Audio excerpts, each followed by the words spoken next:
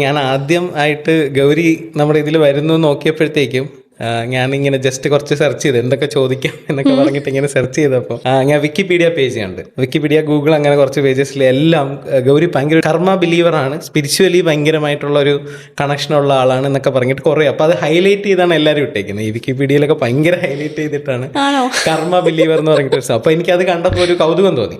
എങ്ങനെയാണ്, അതായത് അങ്ങനെ എന്തെങ്കിലും ഒരു ഇൻസിഡന്റ് ലൈഫിൽ ഉണ്ടായിട്ടുണ്ടോ ഈ കർമ്മയിൽ സ്പെസിഫിക്കലി ബിലീവ് ചെയ്യാൻ വേണ്ടിയിട്ട്? എങ്ങനെയാണ് കർമ്മയിലോട്ട് ബിലീവ് ചെയ്യുന്ന ഒരു സംഭവം വന്നിട്ടുള്ളത്? കർമ്മ എന്നുള്ളതിനെ പറ്റി സംസാരിക്കുന്ന സ്പിരിച്വാലിറ്റിയിൽ നമുക്ക് തുടങ്ങാം. ഫസ്റ്റ് ഹൈലി സ്പിരിച്വൽ ആയിട്ടുള്ള ഒരു വ്യക്തിയാണ് ഞാൻ.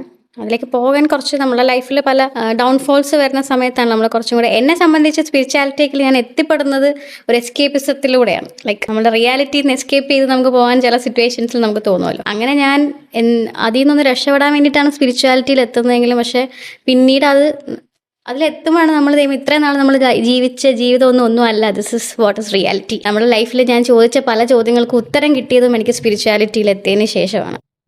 ഇപ്പം കറന്റ് പറയുകയാണെങ്കിൽ yes, of course I M A കർമ്മ ബിലീവ്. അത് കർമ്മ എന്നുള്ളത് നമുക്ക് എല്ലാവർക്കും ഓരോ ഫ്രീക്വൻസീസ് ഉണ്ട്.